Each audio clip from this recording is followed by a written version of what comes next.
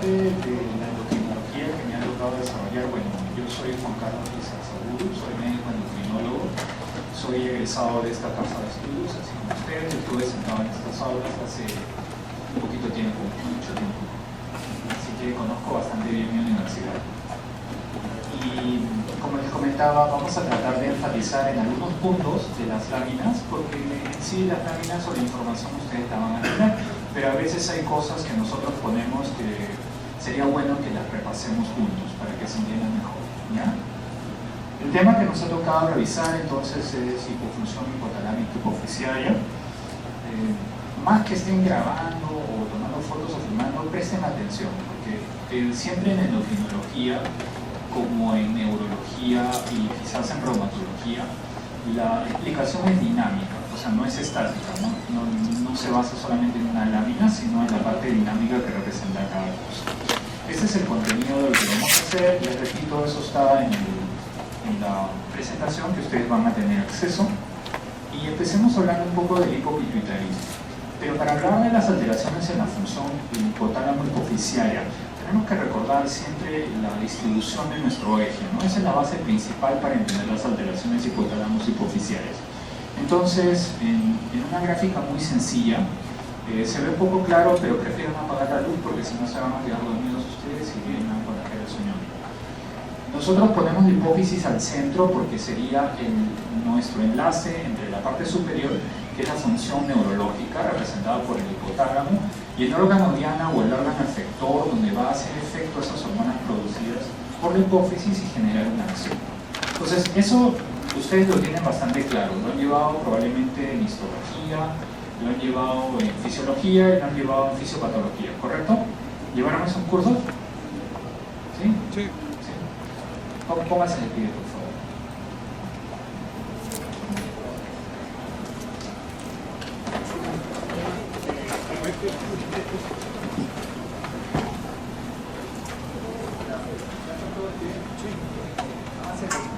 Tres inspiraciones forzadas.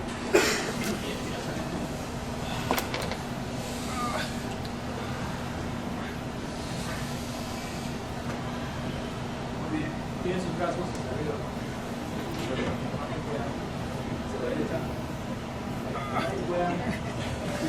Izquierda, brazo a los costados, cabeza bien hacia arriba. ¿Listos o no? Señal a la derecha, a la izquierda, ahora traten de tocarse la punta de los pies. Sobrado, pero poco espacio tengo.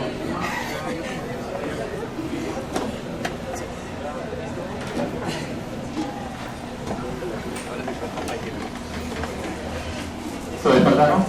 Sí, mejor. Muy bien, entonces hablábamos de la integración que hay entre hipotálamo, hipófisis y órgano diana. Ahora lo tienen más claro, ¿correcto? Muy bien, vamos a ver entonces lo que nos compete a nosotros. El hipotálamo evidentemente forma parte del diencéfalo. Tálamo hipotálamo forma parte de una estructura del sistema nervioso central. Acuérdense que el sistema nervioso central, ¿en qué termina el sistema nervioso central? SNC, termina en una C, ¿correcto? La C viene de cavidades, ¿correcto? ¿Sí? Entonces, todo lo que esté dentro de cavidades es el sistema nervioso central. Acuérdense de eso, muy sencillo. Si yo les hablo de cerebro, ¿está dentro de una cavidad? Sistema nervioso central, ¿correcto?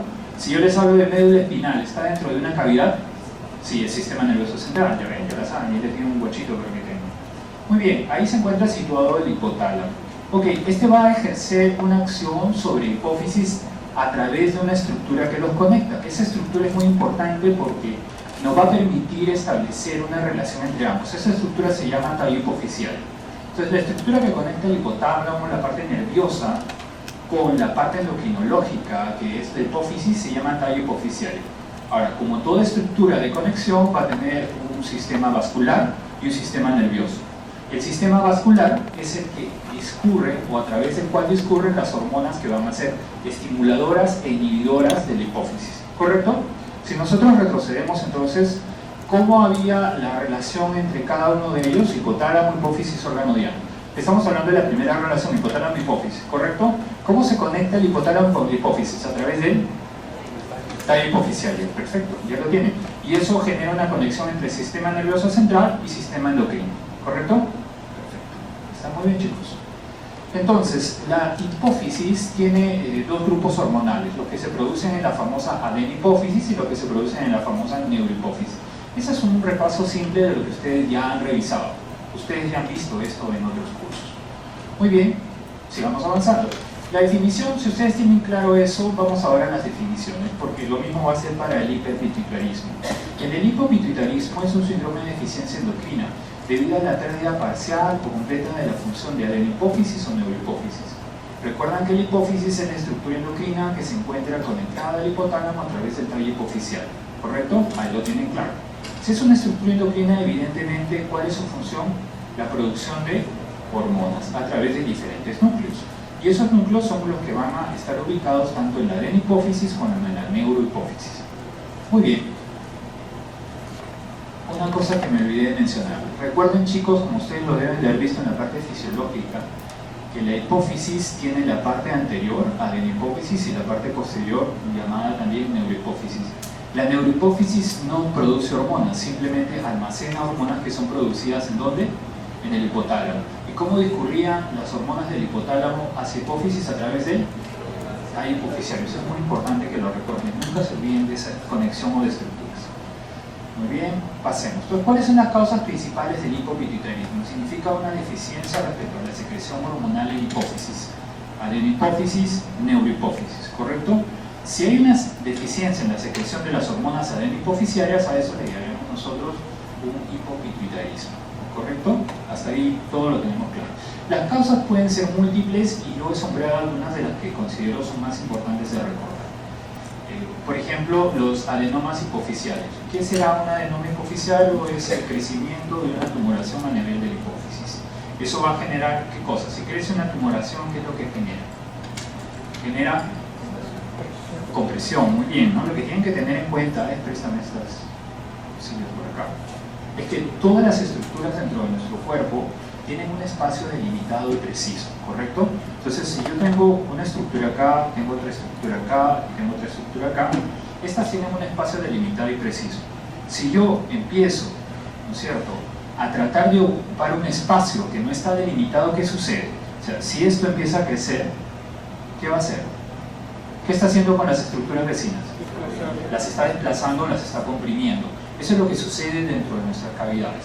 Todo tiene un espacio delimitado. Tienen que entender las cosas de manera más sencilla para que puedan entender y razonar el tratamiento y el diagnóstico. Entonces, ¿qué es un adenoma hipoficiario? El adenoma es lo que crece en la hipófisis. ¿Y qué es lo que va a afectar primariamente? ¿Qué es lo que va a hacer a los costados? Compresión, ¿no es cierto? Desplazamiento, ocupar un espacio que no existía antes. Ese es el problema que tenemos nosotros con los adenomas. Entonces, en líneas generales, los adenomas hipoficiarios son tumores benignos. No sé de quién era cada uno, pero bueno, de repente a alguien le gusta. Y por eso es tan importante, y al momento de comprimir, comprimen núcleos de otros grupos hormonales, lo cual va a afectar evidentemente a la secreción de esos grupos hormonales. Lo segundo de importancia son las necrosis postparto, que ustedes saben que se denomina síndrome de Sheehan, el famoso síndrome de Sheehan, ¿no es cierto? ¿Qué es lo que sucede? Es una hemorragia postparto que va a condicionar una hipoperfusión sanguínea a nivel de la hipófisis y lo que va a generar un síndrome de Sheehan. Y la hipofisectomía, que esas son las cirugías que se producen iatrogénicamente cuando se opera un adenoma hipoficial. Eso es lo más frecuente. Otras causas ustedes las revisan, que son bastante fáciles de comprender, ¿no? La etiología puede ser diversa y principalmente, como les he dicho, puede ser causada por adenomas de hipófisis o por un tratamiento quirúrgico o radioterapia. Entonces, enfoquémonos en los tumores de hipófisis que son causa de hipopituitarismo. Hipófisis, su conexión con hipotálamo, tallo hipoficiario. En hipófisis está creciendo un tumor que va a ocupar espacio, va a desplazar y va a comprimir estructuras. Al comprimir estructuras compromete otras glándulas que son productoras de hormonas. La principal causa de crecimiento de estos adenomas, o mejor dicho, la clasificación en el crecimiento de estos adenomas son dos. Por su tamaño se van a clasificar en lo que es macro y microadenomas. El punto de corte son 10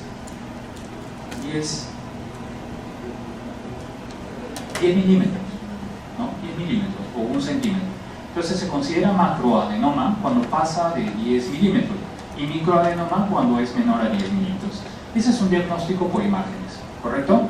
Muy bien, pero también tiene una importancia respecto a una traducción fisiológica que se los voy a mencionar cuando hablemos de los prolactinomas. Entonces, un macroadenoma, miren la pregunta, ¿o un microadenoma puede convertirse en un macroadenoma?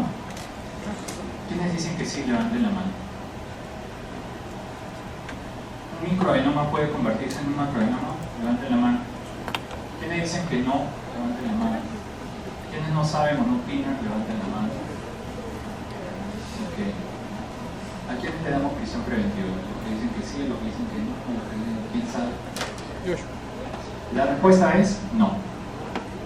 No puede convertirse porque están definidos genéticamente. Entonces, el que va a tener un microadenoma va a desarrollar un microadenoma. El que va a tener un macroadenoma desarrollará un macroadenoma. Es bien difícil que se convierta un micro en un macroadenoma. Muy bien, sencillo de comprender. Las manifestaciones clínicas, ¿de qué van a depender? Van a depender, obviamente, de la compresión que tenga el tumor en la zona donde está creciendo. Si genera compresión, como les había explicado en el ejemplo, ¿qué síntomas más frecuentes van a tener? Dolores de cabeza. Cefalea, evidentemente. ¿Cuál es la estructura que está por delante de la hipófisis? Que cruza, el famoso quiasma óptico. Si comprime el quiasma óptico, ¿qué se va a presentar? Ceguera. Entonces, si ustedes no entienden desde la óptica de qué está sucediendo, va a ser más fácil entender los síntomas o que se los memoricen, ¿no? No se memoricen las cosas, traten de analizarlas porque es más sencillo para ustedes en el desarrollo de toda su carrera. Si está ocupando una estructura, comprime. Tengo que saber qué estructuras están conexas. Hacia adelante está el quiasma óptico, hacia el lateral de qué cosa existe.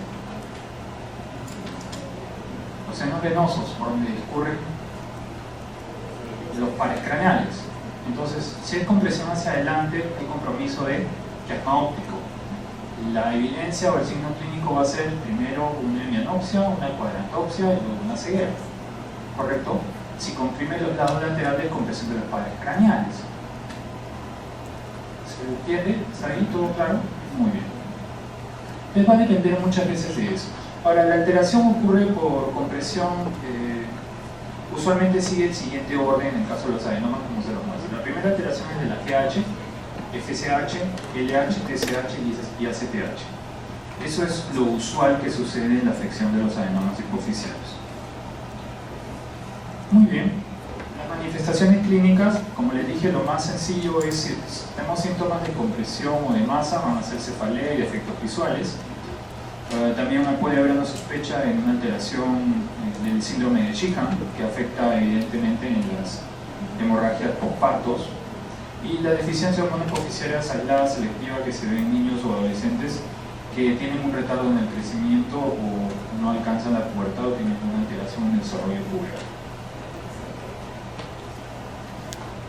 ¿Cómo hacemos el diagnóstico?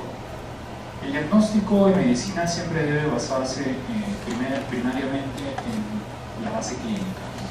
Si nosotros tenemos una base clínica, vamos a poder hacer un diagnóstico más certero sobre nuestra sospecha. Entonces, si nosotros sabemos que hay unos signos que son muy evidentes, una compresión bajo una sintomatología de cefalea, una alteración a nivel de quiasma óptico bajo una sintomatología de una hemianopsia, vamos a estar interpretando que puede ser esto la consecuencia de una adenoma hipoficial. ¿Okay? La evaluación inicial bioquímica, porque es la evaluación clínica, debe detectar siempre las deficiencias de TSH y ACTH, ¿ya? La hormona productora, hormona estimuladora de la tiroides y la hormona tirocotropina, ¿no es cierto? La ACTH, adenocorticotropina. Entonces, estas dos hormonas son las que ustedes tienen que abocarse al diagnóstico. Si nosotros hablamos de TSH, el dosaje de hormona estimulante de la tiroides es muy sencillo, pero el dosaje de ACTH a veces no es muy usual o no lo tienen a la mano. Entonces, una manera indirecta de valorar el ACTH, ¿cuál es? Valorando la hormona que estimula. ¿Cuál es la hormona que estimula? La ACTH, ¿dónde actúa? ¿Se acuerdan? Actúa a nivel de glándulas suprarrenales, estimulando la secreción de corticoides. Entonces, una valoración del cortisol nos va a ayudar rápidamente a identificar si hay una deficiencia de ACTH. El diagnóstico clínico, como les dije, puede depender del grupo hormonal que va a estar afectado. En el caso de un hipogonadismo, una causa de infertilidad. En el caso de un hipotiroidismo, los síntomas asociados a un hipotiroidismo. Tener en cuenta que estamos hablando acá de un hipotiroidismo de causa central. El hipotiroidismo se divide básicamente en dos grandes grupos: hipotiroidismo primario e hipotiroidismo central. El hipotiroidismo primario, que afecta a la glándula, el central, el que puede estar afectando hipófisis o hipotálamo. El déficit de cortisol, como una debilidad o fatiga, puede traducirse también el déficit de cortisol como una hipoglicemia, al igual que el déficit de hormona de crecimiento. Recuerden ustedes que tenemos un grupo de hormonas que se llaman contrarreguladoras u hormonas de estrés, que son las que provocan hiperglicemia normalmente en las personas, ¿no? ¿Cuáles eran? Las hormonas contrarreguladoras son el cortisol, la hormona tiroidea, las catecolaminas, la hormona de crecimiento y el glucagón. Perfecto, muy bien. Las pruebas diagnósticas, ya les he mencionado algunas de ellas. Vamos a ver cómo hacemos algunos de los test que son más interesantes. Lo voy a tener por acá.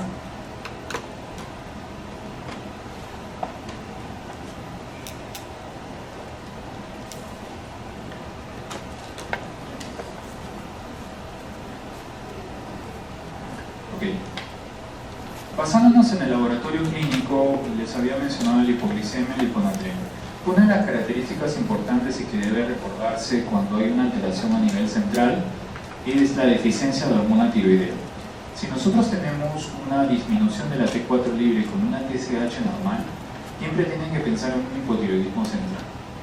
¿Cuál es la respuesta que tiene el sistema hormonal cuando hay un órgano diana y hay un efecto a través de la hipófisis? Se llama el famoso feedback o retroalimentación negativa, ¿no es cierto? Eso quiere decir que usualmente si nosotros tenemos una elevación de hormona tiroidea, el feedback genera que la TSH o hormona estimulante de la tiroides se suprima o caiga, ¿correcto? Y viceversa, si nosotros tenemos una disminución de la T4 libre o hormona tiroidea libre, ¿qué va a pasar con el TSH o hormona estimulante de la tiroides? Aumenta. ¿Por qué aumenta? Aumenta porque el estímulo lo va a hacer sobre la glándula tiroidea para que produzca más hormona tiroidea, ¿correcto? Esa es la fisiología normal. Muy bien, ¿qué pasa cuando nosotros encontramos una disminución periférica de T4 libre y encontramos una TSH normal? ¿Es un defecto primario? ¿Por qué no pensamos en un defecto primario? ¿Por qué se imaginan que no pensamos en un defecto primario? ¿Cuál sería la respuesta primaria? La respuesta primaria sería que tendríamos un TSH aumentado, porque tenemos un 4 libre disminuido, ¿correcto? Ahí se están equivocando para algunos. Si tenemos un T4 libre disminuido, la respuesta fisiológica normal sería tener un TSH elevado, ¿correcto? Esa es la respuesta fisiológica normal. Ahora, la mayoría podría pensar, y esto suele ocurrir, ¿por qué tenemos un TSH normal y no un TSH disminuido? O sea, si nosotros tenemos un TSH normal, viendo la pregunta a la inversa, ¿por qué este paciente tiene un T4 libre bajo?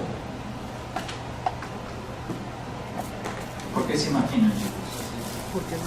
Estamos hablando entonces de alteraciones de hipófisis, estamos hablando de un hipopituitarismo, estamos refiriéndonos al grupo hormonal de hormona tiroidea de T4 libre. En una persona normal, la fisiología te dice que tienes un TSH elevado, tienes un T4 libre bajo. Tienes un T4 libre alto, tienes un TSH bajo, ¿correcto? Hasta ahí todos están bien. Pero en esta persona yo tengo un T4 libre bajo con un TSH normal. Si yo tengo un TSH normal, ¿por qué el T4 libre no está normal? Porque la secreción fisiológica de las hormonas no solamente depende de la concentración, sino también de los pulsos de secreción. Entonces ustedes pueden encontrar un TSH normal en concentración, pero los pulsos que tiene de secreción van a ser menores a los que tendría una persona sin afección a nivel de hipófisis. Por lo tanto, esa disminución de los pulsos de secreción disminuye la secreción de hormona tiroidea libre. ¿Se entiende? ¿Sí? Miren lo interesante que es la fisiología hormonal. No solamente depende de la concentración que ustedes tengan en sangre, sino de los pulsos de secreción. Eso lo subrayé porque me pareció importante mencionarlo, porque en algún momento ustedes van a ver ese tipo de resultados en exámenes auxiliares. Muy bien, las pruebas dinámicas o los test dinámicos Usualmente los hacemos en la especialidad, pero vamos a referirnos quizás a alguno de ellos que pueda ser bastante interesante para ustedes. Vamos a referirnos a las pruebas o el test dinámico de la función corticotrópica. Si nosotros generamos un estímulo, por ejemplo, que he subrayado hoy, un estímulo con insulina, ¿cuál es la respuesta normal de la función de ACTH o corticotrópica? ¿Saben lo que es la insulina? ¿Correcto? La insulina es una hormona que genera la disminución de la glicemia en sangre. Si nosotros tenemos una disminución de glicemia en sangre, ¿cuál es la respuesta de nuestras hormonas contrarreguladoras? ¿Aumentar o disminuir? Se incrementan para elevar los niveles de glucosa, ¿correcto? Entonces, si se incrementa para elevar los niveles de glucosa, ¿cómo deberíamos de tener los niveles de cortisol? Aumentamos, ¿correcto? Esa es la finalidad de poder utilizar el estímulo con insulina. Vamos a avanzar. Los diagnósticos por imágenes. Los diagnósticos por imágenes son bastante interesantes si ustedes saben ver las imágenes. Si no saben ver las imágenes va a ser muy difícil. Pero voy a mencionarles algunas cosas que son importantes. Lamentablemente en estas láminas no he traído una imagen, pero les prometo que para el hipofunción voy a traer una imagen. Cuando ustedes vean una imagen, siempre tienen que ceñirse en una tomografía, como les digo allí, siempre tienen que ceñirse a 4 aspectos de la imagen. Solamente se los voy a mencionar, estoy comprometido a traerles imágenes la próxima vez, pero quiero que sepan algo muy puntual de 4 aspectos cuando ven una imagen tomográfica. Lo primero que tienen que ver siempre son los contornos. El contorno tiene que estar normal. Si ustedes ven el contorno normal, no hay ningún problema en la periferia. Lo segundo que tienen que ver son las cisuras. Cuando ustedes ven una lámina o una imagen de un hemisferio cerebral, siempre tienen que estar pendientes de las cisuras, ¿no es cierto? Las cisuras entre hemisféricas. Si las cisuras están normales, también esa imagen está normal. Lo tercero que tienen que valorar es la densidad de las estructuras. Es decir, no puede haber dentro de una estructura algo que esté menos o más denso a comparación de la otra estructura. Y lo cuarto que tienen que ver siempre es la simetría entre el lado derecho y el lado izquierdo. Si esas 4 cosas están normales en una imagen, probablemente no encuentren un problema en esa imagen, ¿ya? Pero eso tenemos que hacerlo con una imagen. Esta vez fallé, no les traje la imagen, pero lo voy a traer para la siguiente vez. Muy bien, vamos a ver cómo queda un aspecto clínico del hipopituitarismo. Vamos a ver o mostrar a esta persona. Miren a esta persona, ¿ya? ¿Listo? ¿Tienen una imagen clara de la foto de la persona? Ok. Ahora miren a esta persona. ¿Será la misma persona o son dos personas diferentes? Es la misma persona. Pero en la segunda foto está diagnosticado o ha tenido la evidencia clínica de una caquexesimos o un hipopituitarismo. ¿Qué es lo que ustedes notan? ¿Qué es lo que ha cambiado en esta persona? Definitivamente. Primero se ve envejecido, ¿no? Es una persona de 20 años. Una persona de 20 años no debe verse así, a menos que sea estudiante de medicina, pero igual no debería de verse así, ¿no? ¿Qué cosas le notan? A ver, díganme 3 características que le ven diferenciales respecto a la imagen número 1. La piel está adelgazada, ¿no? Por eso es que refleja una coloración más pálida. ¿Qué más? La implantación del cabello. ¿Qué pasa? Hay una caída de cabello, y no solamente una caída, sino un adelgazamiento del cabello, está más fino. ¿Y qué más?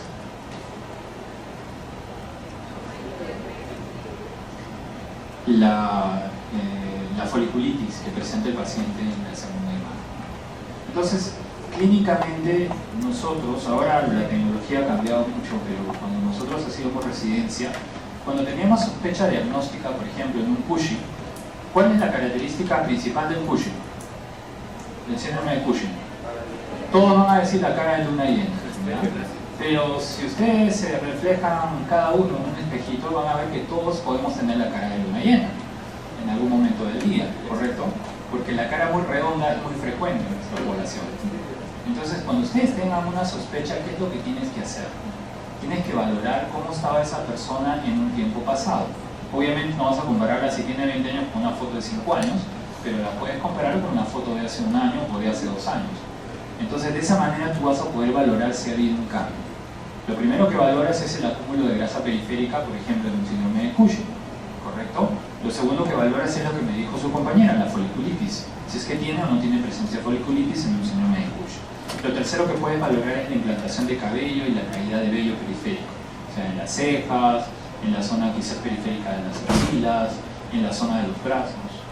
Todos esos son signos que te van a ayudar a valorar los cambios que puede tener un paciente respecto a una patología. Entonces, lo que quiero que quede claro acá es que es muy importante valorar el antecedente del paciente en imágenes para poder tener una idea clara si realmente tiene una alteración. El estudio de hipopituitarismo, entonces, lo estoy detallando acá y ustedes lo tienen dentro de sus láminas, así que lo van a poder evaluar.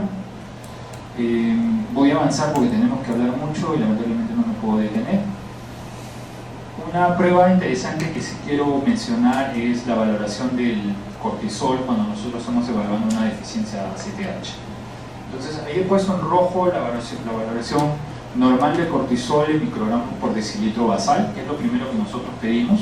Si nosotros tenemos un cortisol mayor de 15 microgramos por decilitro basal, es una patología, no hay ninguna patología, es un paciente normal. Y una afección que nosotros estemos evaluando en un paciente con deficiencia de ACTH por valoración de cortisol, tiene que tener un cortisol basal a menos de 5 microgramos por decilitro. El problema es cuando tenemos los valores intermedios, cuando tenemos un valor de 10, por ejemplo. Cuando tenemos un valor de 10, lo que tenemos que hacer es repetir la prueba.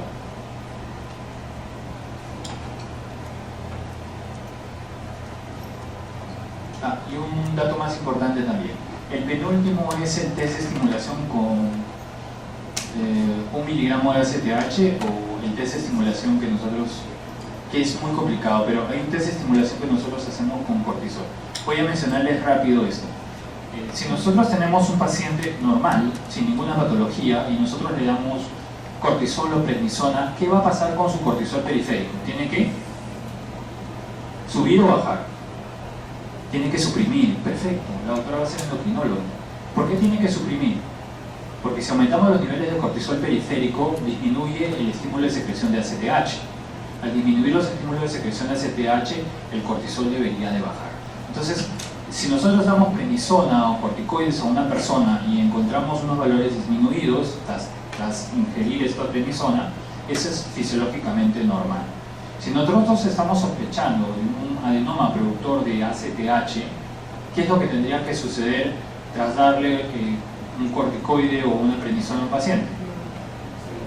Lo van a encontrar igual o aumentado, porque al tumor no le interesa lo que tú le des, él sigue produciendo cantidades grandes de corticoides.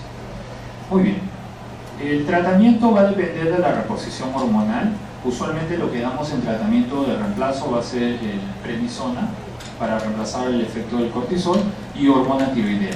Acá hay un dato muy importante. Si nosotros tenemos un hipopituitarismo con una deficiencia de TSH, ¿qué es lo que va a tener el TSH a nivel de pituitaria o de hipófisis? Va a estar disminuido o normal, ¿correcto? Y el T4 libre va a estar bajo. Entonces, si nosotros reemplazamos con T4 libre, ¿qué es lo que esperamos? ¿Que el TSH se incremente o se mantenga igual? ¿Entienden la idea de la pregunta? No, perfecto. Si tú tienes un paciente que no está produciendo hormona estimulante de la tiroides, ¿correcto? No está produciendo TSH. ¿Se acuerdan el primer gráfico que les enseñé? No está produciendo hormona estimulante de la tiroides, por lo tanto tiene una deficiencia de T4 libre, porque no hay efecto sobre la glándula periférica, ¿correcto? Entonces no está produciendo hormona tiroidea. El tratamiento de reemplazo va a significar que tú le puedas dar hormona tiroidea. Si tú le das hormona tiroidea, tengo algo que te da mucha risa, ¿no? Okay. Si tú le das hormona tiroidea, ¿qué va a pasar con la TSH central?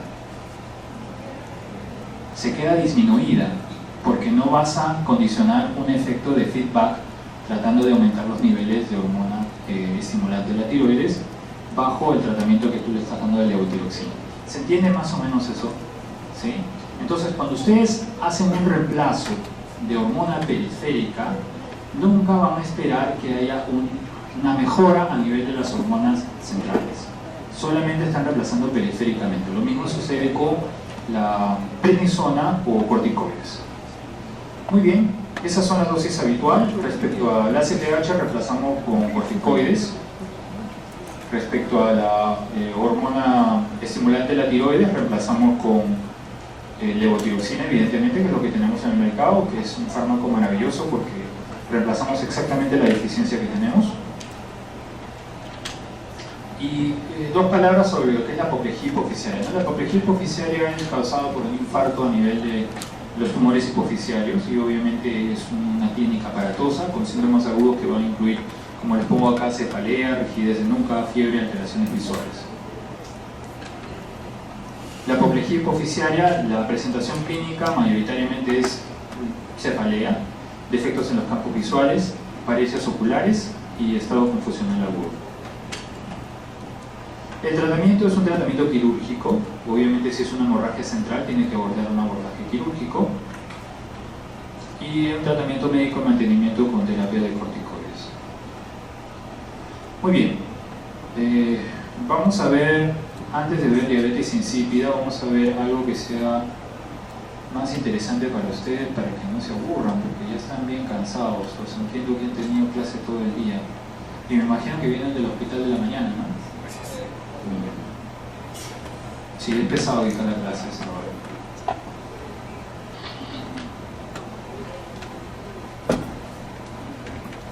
Esto no es muy complicado de entender, la gráfica se les ha hecho bastante simple y vamos a ver primero talla corta, que ese es un tema bastante interesante. Ok, ¿cómo definimos la talla corta? A ver, doctor, ¿cómo define la talla corta?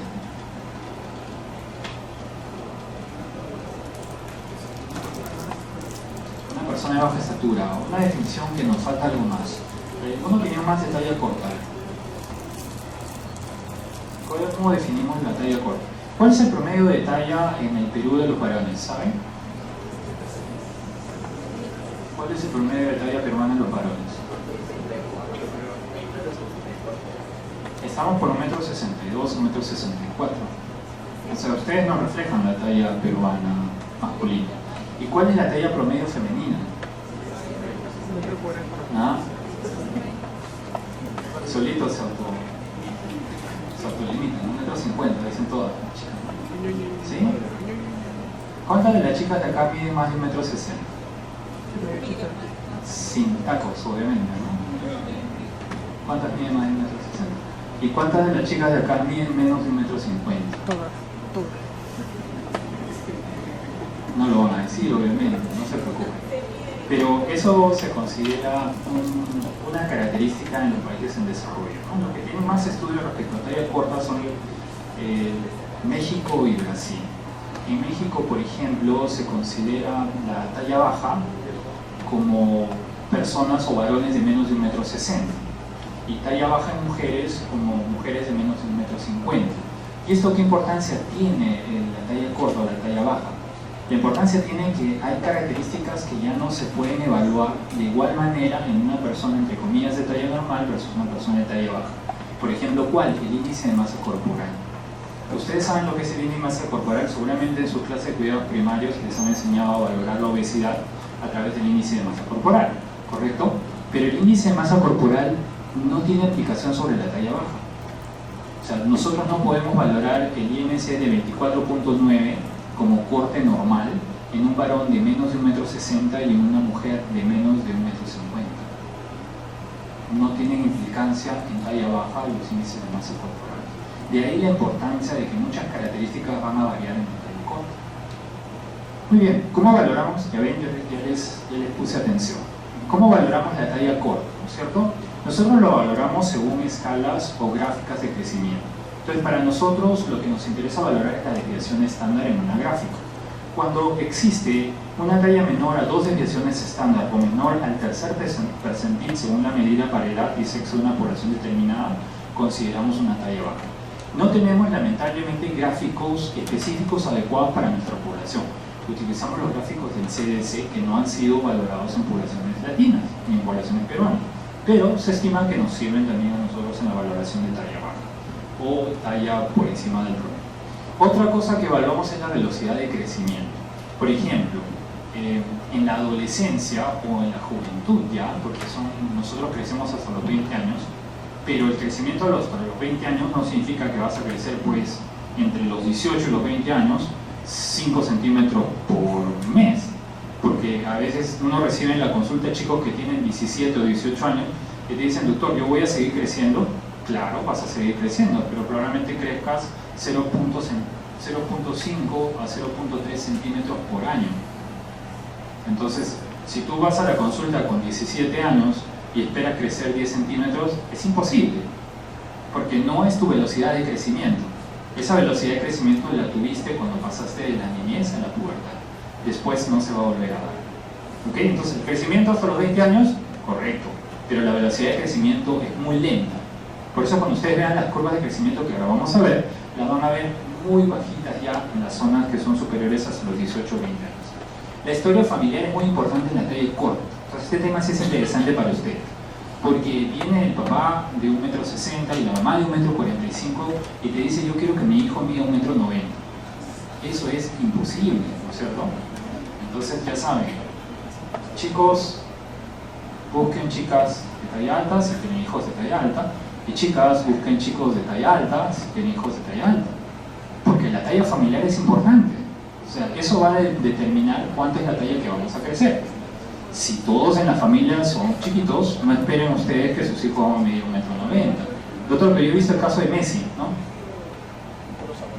Lo primero que nos sacan en la consulta es eso, ¿no? Doctor, ¿y Messi? ¿Qué pasó con Messi? Messi creció, le dieron hormona de crecimiento.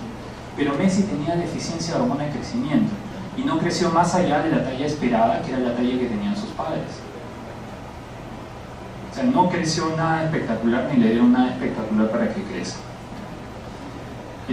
La encuesta alimentaria también es importante que lo marco allí, porque, bueno, lamentablemente en nuestro país, y como en otros países en vías de desarrollo, nosotros tenemos poblaciones que tienen una alimentación muy deficitaria. Las zonas periféricas tienen una alimentación deficitaria, y al tener una alimentación deficitaria hay dos elementos importantes en el crecimiento, que son el calcio y el zinc. ¿El calcio y el zinc va a ayudarlos a crecer a ustedes? No. ¿Por qué? Porque ustedes tienen una alimentación normal. Es decir, sus padres se preocuparon por darles una alimentación lo más que podían, ¿no? Ustedes llegan de la universidad a su casa y ¿qué hace su mamá? Les sirve medio saco de arroz, ¿no es cierto?, con 3 pollos enteros porque dicen, hijito, ha ido a la universidad a estudiar y tiene que alimentarse. Pero en las zonas periféricas no sucede eso. Entonces, en las zonas periféricas, por haber una deficiencia en alimentación o deficiencia nutricional, va a haber una deficiencia de calcio y de zinc.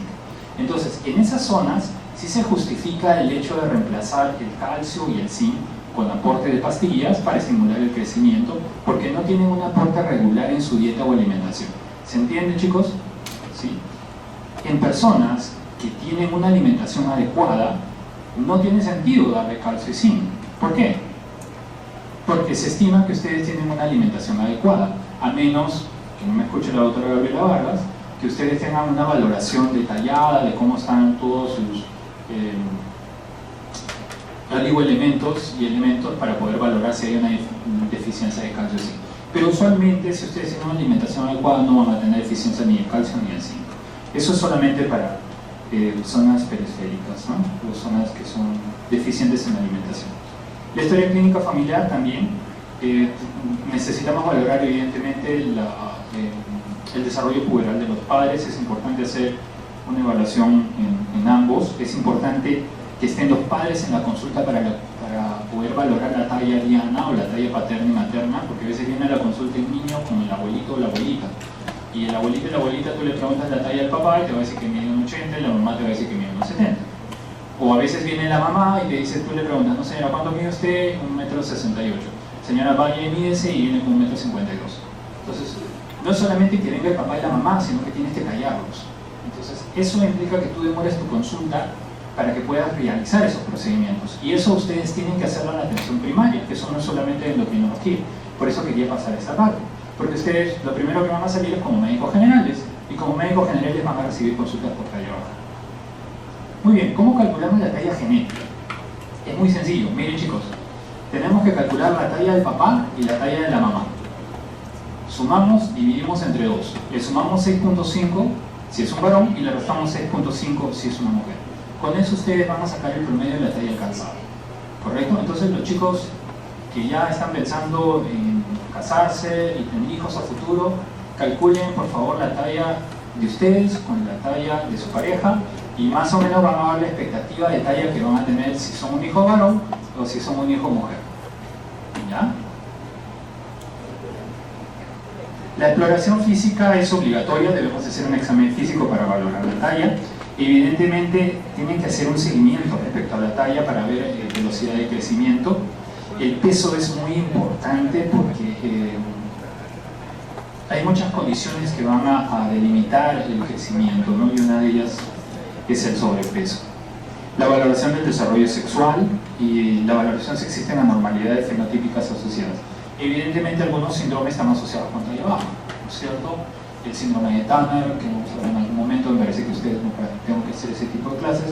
El síndrome de Down, son patologías genéticas que están asociadas con talla baja, evidentemente. Entonces ustedes tienen que ver las fases. La analítica o los exámenes generales pasa desde un hemograma para ver el estado nutricional, es parte del estado nutricional, tienen que valorar la hemoglobina. El hecho de que un niño pueda tener parásitos, tienen que hacer un examen de heces.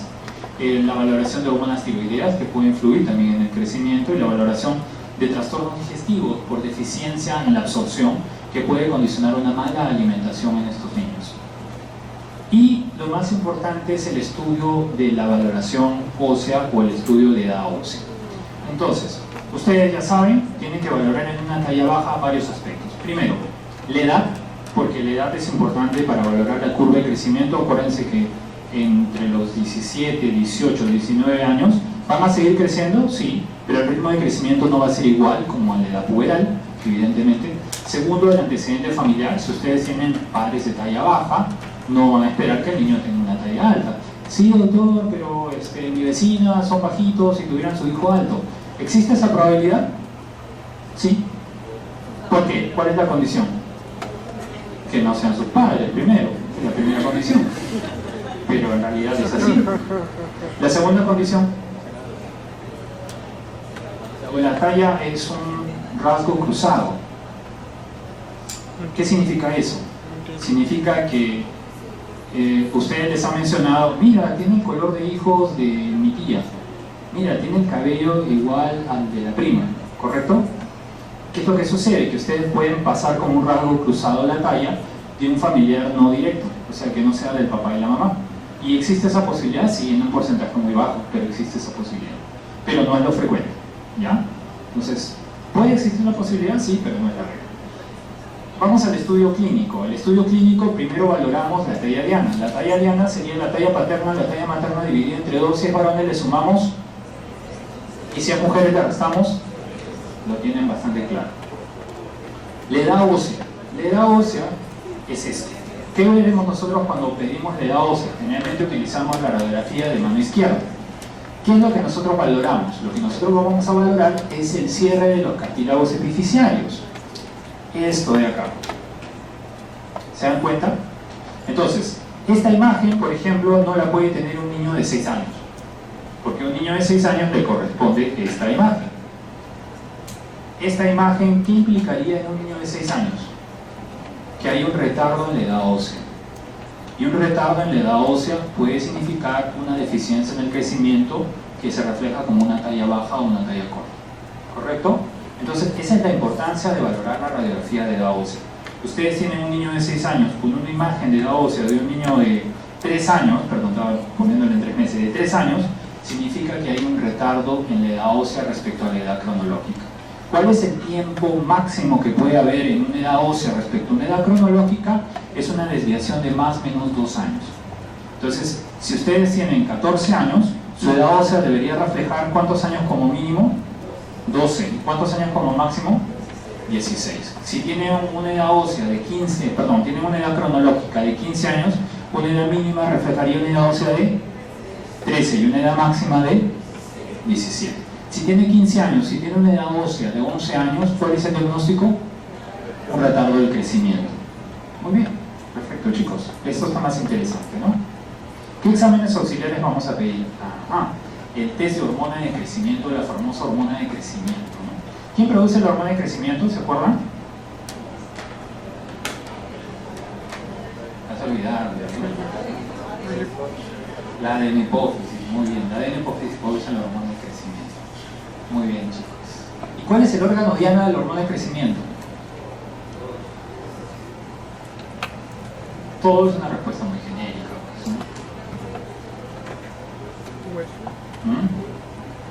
El órgano diana es el hígado y el riñón. ¿Por qué el hígado y el riñón? ¿Se acuerdan de su fisiología? ¿Qué va a producir el hígado y el riñón? Las somatomedinas, el IGF-1, ¿no es cierto? ¿Y el IGF-1 dónde va a actuar? En el cartílago epifisiario, para estimular el crecimiento. Muy bien, doctor. Ya tiene un punto más, anótelo. Ese es el órgano diana de la hormona de crecimiento. Muy bien, ¿cómo medimos la hormona de crecimiento? A veces se nos hace un poco complejo medir la hormona de crecimiento. Bueno, así es medicina, chicos, ustedes lo escogieron. Bajo los test de estimulación. Entonces, ¿cómo hacemos un test de estimulación? Había dicho en una parte de la clase que la hormona de crecimiento estaba considerada como una hormona contrarreguladora, ¿cierto? Entonces es una hormona que se libera cuando nosotros necesitamos elevar glicemia. Entonces, una forma de valorar la secreción de hormona liberadora, me está haciendo famoso el doctor, es dando una sustancia que te baje la glicemia. Una sustancia que te baje la glicemia es la insulina. Pero si ustedes reciben insulina van a provocarse hipoglicemia. Entonces van a actuar las hormonas contrarreguladoras. Al igual que el cortisol, la hormona de crecimiento se va a incrementar. Entonces una respuesta normal de incremento de hormona de crecimiento ante el efecto de una hipoglicemia provocada por insulina demuestra que hay una secreción normal de hormona de crecimiento. Aunque no lo crean, es un test fisiológico que se hace. Entonces se expone a una infusión de insulina mínima evidentemente para provocar hipoglicemia y se mide simultáneamente la secreción de hormona de crecimiento. Si nosotros tenemos una respuesta de hormona de crecimiento normal ante el estímulo de hipoglicemia, descartamos que hay una deficiencia de hormona de crecimiento. ¿Se entiende? ¿Más o menos? ¿Sí? ¿En la mesamina y la platea todos? ¿Sí? ¿Correcto? Todos los test o pruebas endocrinológicos son funcionales. Quiere decir que nosotros vamos a necesitar ver el estímulo de una función para ver el efecto que ha generado una hormona. Entonces, en este caso está claro. Damos insulina, la insulina que provoca hipoglicemia. Si provoca hipoglicemia, ¿qué cosa es la GH? ¿Es una hormona? Contrarreguladora. Quiere decir que la GH provoca que sube el azúcar, provoca hiperglicemia. Entonces, si ante un estímulo de una hipoglicemia tenemos una elevación de GH, significa que está normal. Si no genera un estímulo de secreción de GH, ¿qué significa? Que hay una deficiencia de hormona de crecimiento y hacemos diagnóstico. ¿Correcto? Es uno de los test más comunes. El otro test es el test de clonidina y el otro test más sencillo, que obviamente no es tan agresivo, es el test de ejercicio. ¿Saben cómo se hace el test de ejercicio? Se mide un valor basal de hormona de crecimiento y luego se estimula el ejercicio en ese niño para ver cuánto aumenta la secreción de hormona de crecimiento.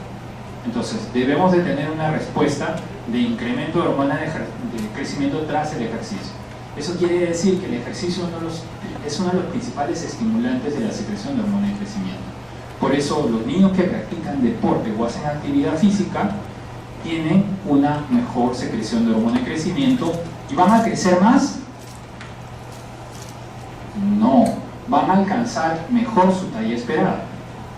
Es decir, si ustedes tienen, vamos a hacer un ejemplo, tienen un papá de 1,60 m y tienen una mamá de 1,50 m, ¿cuánta es la talla diana para un varón que nace de esa pareja? ¿Cuánto te sale? 156.5. Esa es su talla esperada, pero esa talla esperada puede tener un plus, para llamarlo de alguna manera, de más 5 centímetros o menos 5 centímetros. Quiere decir que ese niño puede alcanzar una talla mayor a la talla de su padre, porque sería 1,56.5 más 5 centímetros sería 1,61.5. Pero para alcanzar eso en su óptimo rendimiento, ese niño tiene que haber hecho ejercicio. O sea, tiene que tener condiciones por las cuales vaya a alcanzar el máximo de su talla esperada. Actividad física es uno. 2 es una buena alimentación. Ya lo dijimos, si nosotros tenemos una mala alimentación, ¿de qué va a haber deficiencia? Evidentemente, de calcio y de zinc. Por lo tanto, los reemplazos de calcio y zinc en una población que está bien alimentada no tienen sentido. Pero en una población que tiene deficiencia, sí, porque nos va a llevar a que alcanzar la talla diana máxima posible. Nada, chicos, los veo muertos, pero con ganas de seguir.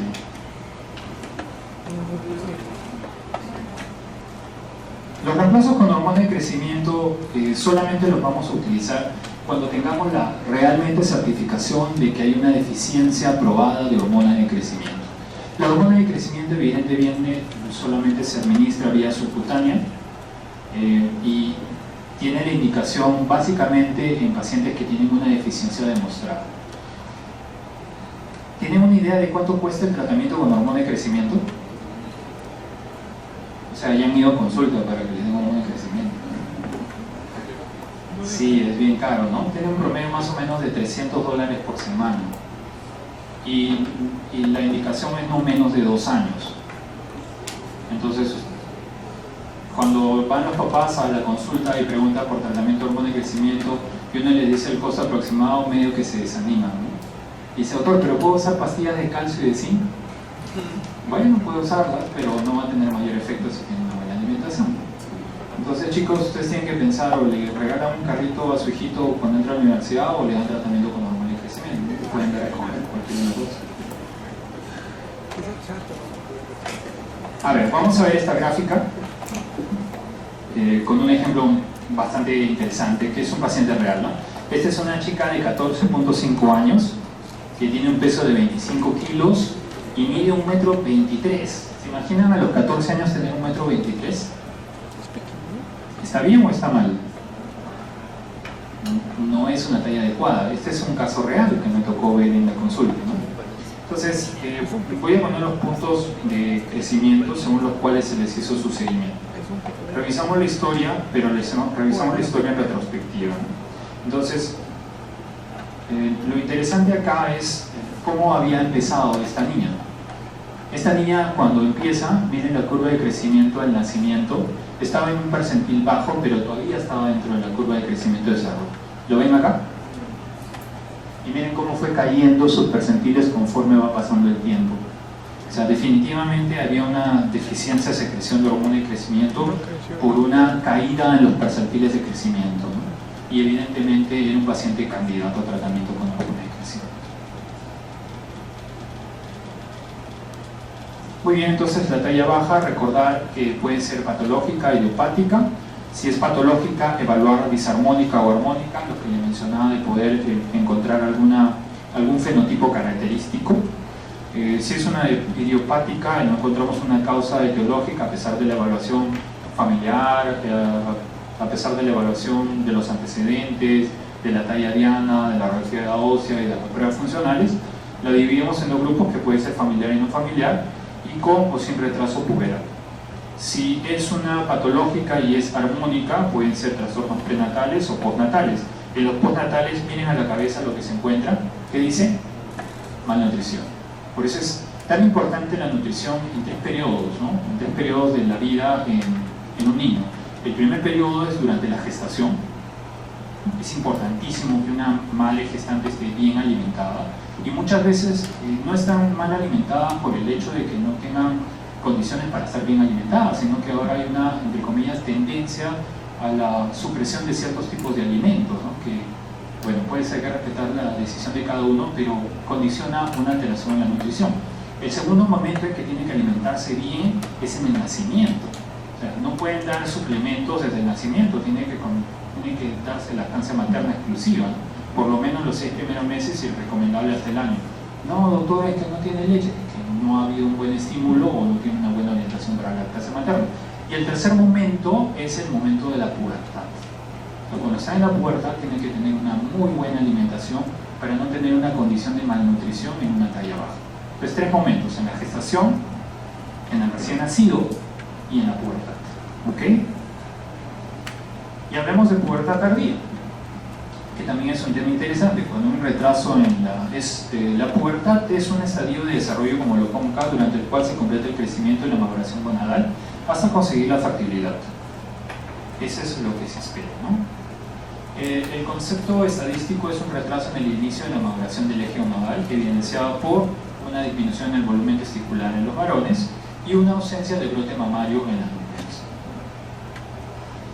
La pubertad retrasada, ¿no? La pubertad retrasada es interesante valorarlo porque son aquellos niños que transcurrido un control o una evaluación no presentan desarrollo o caracteres sexuales secundarios, ¿no? Hay una alteración que puede haber a nivel de la secreción de GnRH, una alteración estructural o funcional a nivel de las células gonadotróficas. ¿Quién producía el FSH y el LH? También la adenopófisis, ¿no? Vamos a ver cómo puede ser la distribución de una alteración en el efecto de la secreción de la GnRH.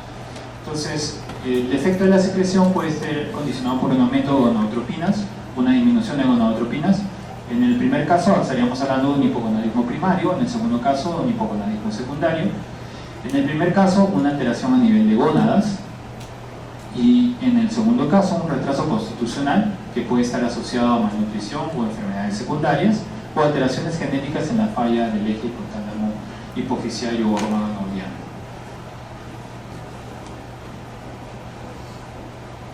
Bien, retrocedemos a la parte de diabetes insípida.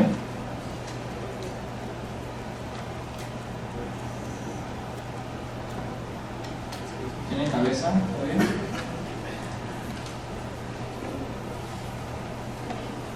¿Tiene cerebro? ¿Alguna duda hasta acá? ¿Algún caso que ustedes hayan visto? Claro, dime.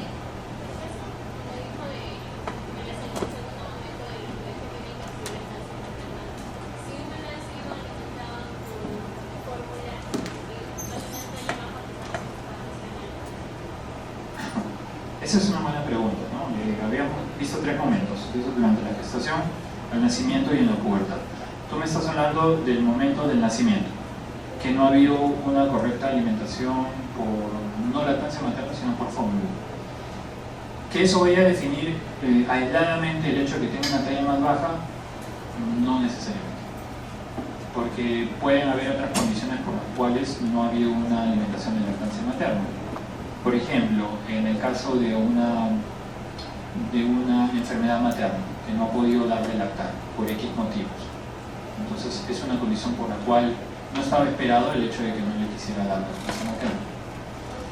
No solamente es el hecho que vaya a condicionar un retraso en la talla, sino es un hecho de que la leche materna condiciona la producción de inmunoglobulinas que van a defender al niño de infecciones respiratorias y diarreicas en el estadio de la niñez.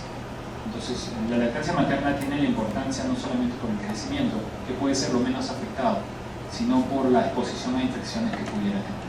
Entonces, la respuesta es no necesariamente. Y la importancia es no solamente que radica en la talla. ¿Okay? ¿Otra pregunta? Sí, dime. Va a ser lo más interesante. Sí. Esa es una buena pregunta. Es decir, lo que valoras ahí es en estos casos el gigantismo en los niños, por ejemplo. Cuando tú valoras que el niño está en una curva de crecimiento mayor a la que está en el percentiles normales, tú puedes estar evaluando un gigantismo. Es decir, así como habíamos mencionado que tienes un caso de un retraso en edad ósea, puedes también tener un caso de adelanto o respecto a maduración ósea mayor a la que puede tener respecto a una edad cronológica. En ese caso va a haber dos situaciones. La primera, si tienes un adelanto respecto a la edad ósea, respecto a la edad cronológica, un niño de 10 años que tiene una edad ósea de 15 años, lo que va a generar es una talla corta. En ese caso no va a generar una talla alta, porque ese niño ha desarrollado su edad ósea antes de lo previsto según su edad cronológica. En el caso de que solamente sea hormona de crecimiento y no hay alteración de la edad ósea, sí se va a producir un gigantismo. Entonces son los niños que tienen un percentil más elevado respecto a las curvas normales de crecimiento y de desarrollo. Entonces ahí hay que valorar secreción de GH, hormona de crecimiento, y en ese caso el diagnóstico, como te digo, es un gigantismo. ¿Alguna otra consulta? Sí, claro, dime.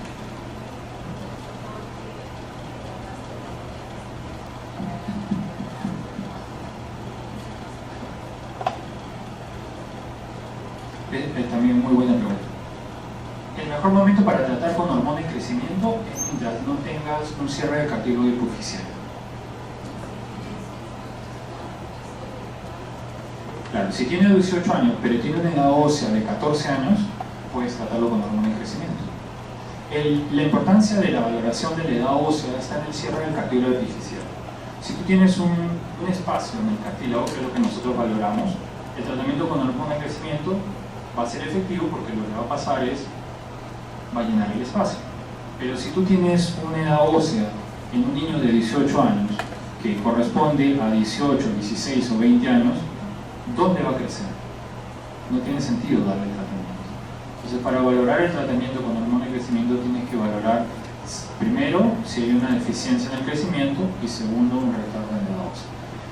Usualmente lo pueden dar desde edades muy pequeñas. Hay niños que reciben tratamiento con hormona de crecimiento desde los 6, 7, 8 años hasta los 14, 15, 16 años, siempre y cuando tengas evidencia de retardo en la edad ósea. También es una buena pregunta.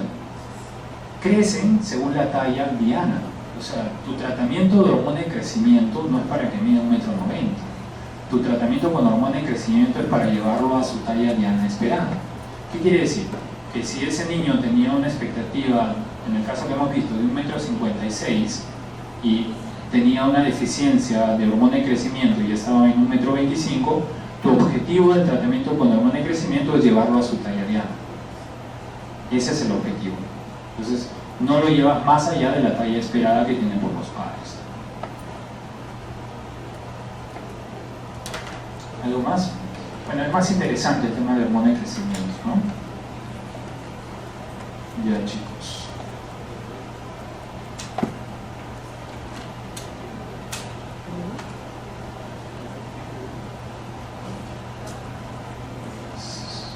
¿Tenemos otra clase?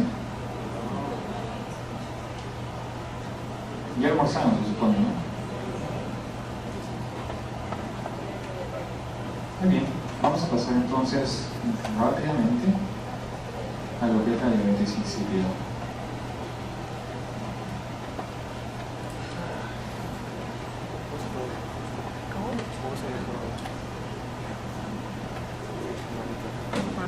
Bien, vamos a ver lo normal primero para que se pueda entender lo que significan las alteraciones que se dan.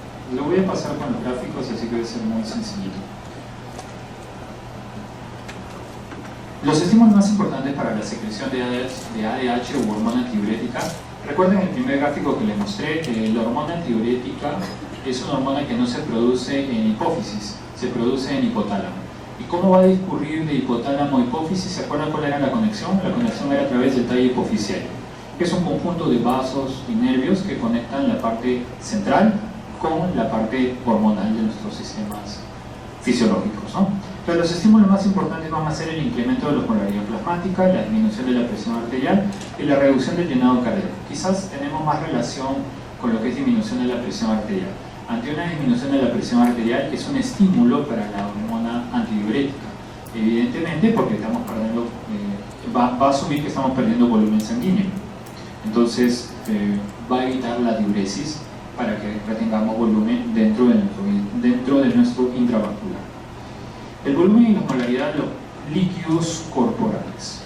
Muy bien, una condición normal va a provocar un estímulo en el aumento de la osmolaridad plasmática, va a actuar sobre los receptores, osmoreceptores hipotalámicos a través de las vías nerviosas y va a haber un centro de control que va a dar la orden hacia un efector. El efector evidentemente va a ser el riñón y específicamente las células del tubo contorneado, del tubo colector. Entonces el objetivo va a ser restablecer el volumen y la osmolaridad de los líquidos corporales. Eso es bastante claro y se entiende de manera sencilla en el gráfico. Muy bien, entonces vamos a volverlo a ver porque esta es la condición normal y la condición que todos tenemos.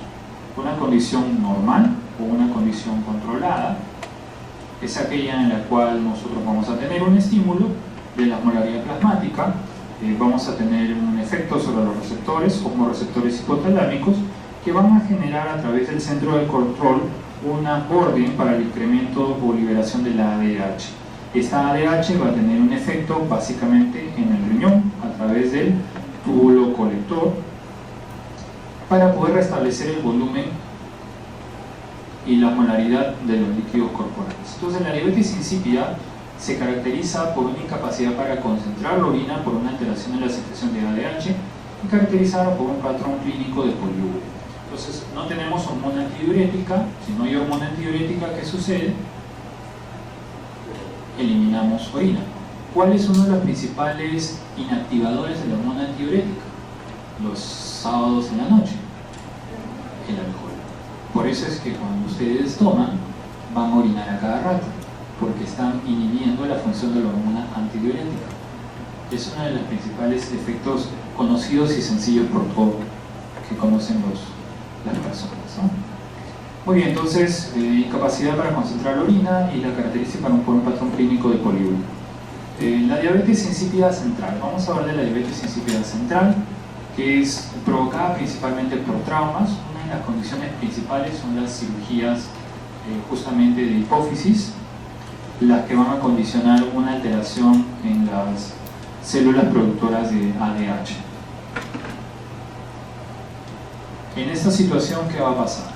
Entonces, en teoría debería haber un estímulo a través del aumento de la polaridad plasmática, que va a darse sobre los osmoreceptores, y nuestro centro de control debería de dar la orden de liberación de ADH. Pero en esta situación, lo que sucede es que no está esta función regulada, ¿correcto? Si no está regulada la parte central, lo que nosotros vamos a hacer es darle una ADH exógena. Ese es el tratamiento de reemplazo. Al darle una ADH exógena, ¿qué es lo que vamos a condicionar? El efecto sobre los tubos colectores para la acción de la respuesta de la reabsorción de agua libre. ¿Sí? Entonces, eso es cuando hay una alteración a nivel central y donde se va a afectar en este tipo de alteraciones. Está bastante claro. La diabetes insípida nefrogénica, vimos la central, la nefrogénica va a ser a nivel de la estructura del riñón, puede ser adquirida o condicionada por drogas. ¿Cuáles son las drogas más frecuentes que pueden condicionar una diabetes insípida nefrogénica? Quizás de las más conocidas y que ustedes ven acá es la rifampicina, ¿no? La rifampicina puede condicionar una diabetes insípida nefrogénica. ¿Dónde usamos la rifampicina? Es parte del tratamiento de la tuberculosis, ¿no? ¿Cuál era el esquema de tratamiento de la tuberculosis? ¿Recuerdan, chicos? Era isoniazida, rifampicina, etambutol y piracinamida, ¿no? Miren, yo salí de la facultad hace 1000 años, pero sin embargo son cosas que tienen que quedar, porque dentro de nuestro medio hay patologías, como son enfermedades infecciosas, que son frecuentes y ustedes tienen que conocerlas siempre. Entonces, uno de los efectos de fármacos que puede provocar diabetes insípida nefrogénica justamente es la rifampicina. Entonces, tienen que valorarlo en nuestros pacientes que están en tratamiento cuando no tienen aumento de los volúmenes urinarios por una inhibición de la ADH. ¿Okay? Quizás otra de los medicamentos podría ser los aminoglucósidos, que a veces los usamos frecuentemente en las infecciones urinarias. Y las alteraciones que pueden ser congénitas, que pueden ser recesivas ligadas al cromosoma X. Esta es más o menos la imagen para que ustedes vean dónde está la alteración. La alteración a nivel del túbulo puede ser una lesión del epitelio tubular, provocada por una isquemia también, tóxicos, inflamación o autoinmunidad. Esa es la diabetes insípida nefrogénica. Esto está, chicos, en las láminas y está quedando acá. No tienen por qué copiarlo.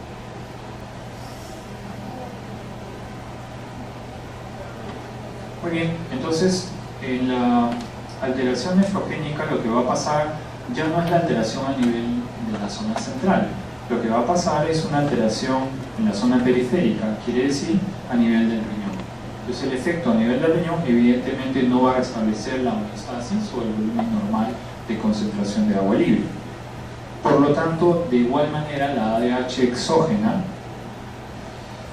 no va a actuar a ese nivel y no vamos a tener un reemplazo con esta ADH para que pueda funcionar en los túbulos colectores haciendo su activación sobre la reabsorción o eliminación de agua libre.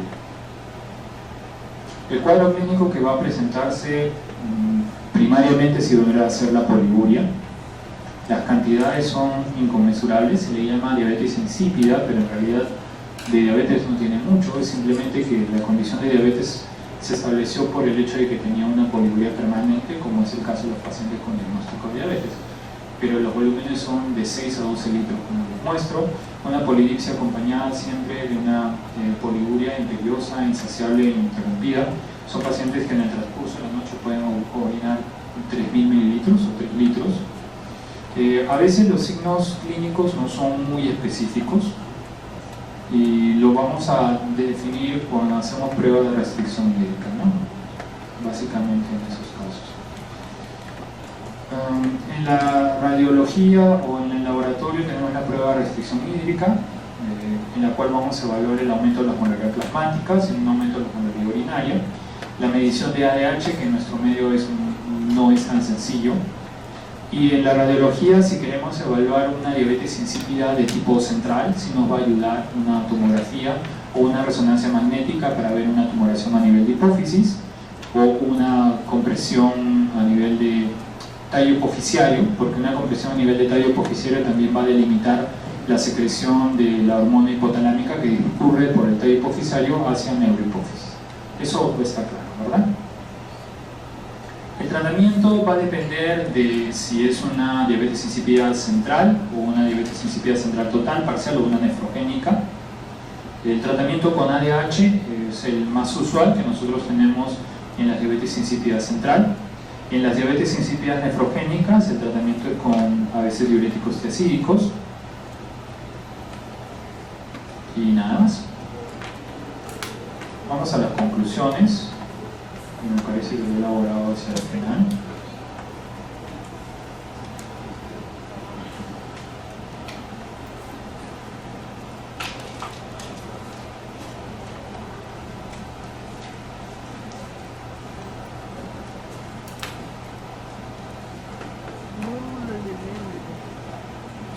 Las preguntas en el examen son muy puntuales, ya no trato de hacer cosas muy rebuscadas, sino cosas muy puntuales. Entonces, si ustedes han prestado atención y revisan sus láminas, no deberían de tener ningún problema, porque las cosas son muy puntuales en la prueba, las preguntas son muy claras y precisas, no he hecho nada escondido ni rebuscado.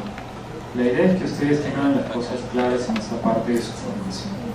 Cuando hagan la especialidad, tienen que sí ser más detallistas sobre cada cosa que van a estudiar, ¿no? Pero en esta etapa es bueno que tengan ideas claras. Muy bien, entonces los adenomas de la hipófisis, así como el tratamiento de los mismos, son la causa más frecuente del hipopituitarismo. Eso lo hemos visto al inicio.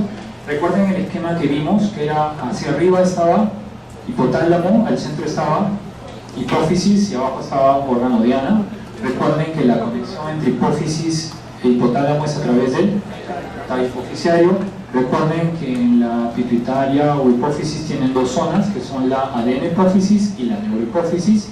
La neurohipófisis no produce hormonas, almacena las hormonas producidas por el hipotálamo. Cuando sospechamos un pánico pituitarismo, debemos iniciar la evaluación del eje tiroideo y adrenal, ya que son los más importantes para la vida del paciente. Entonces, siempre valorar el eje tiroideo y el eje adrenal. Hice mención a las pruebas de evaluación del eje tiroideo cuando es una deficiencia central. Podría suceder que nosotros teníamos un T4 libre bajo con TSH disminuido o normal.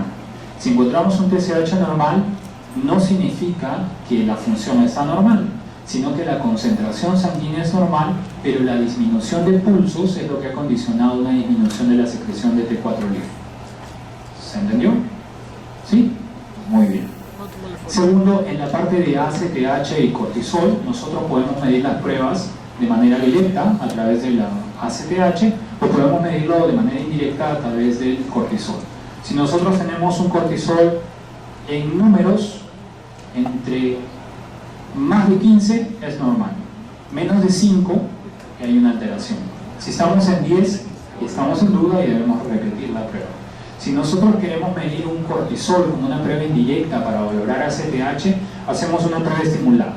Damos una prueba estimulada, podemos dar 1 miligramo de dexametasona en la noche a un paciente, no sé si esto se lo mencioné, pero bueno, se lo menciono ahora, y valoramos cómo está la concentración de cortisol. Por ahí me respondieron muy bien.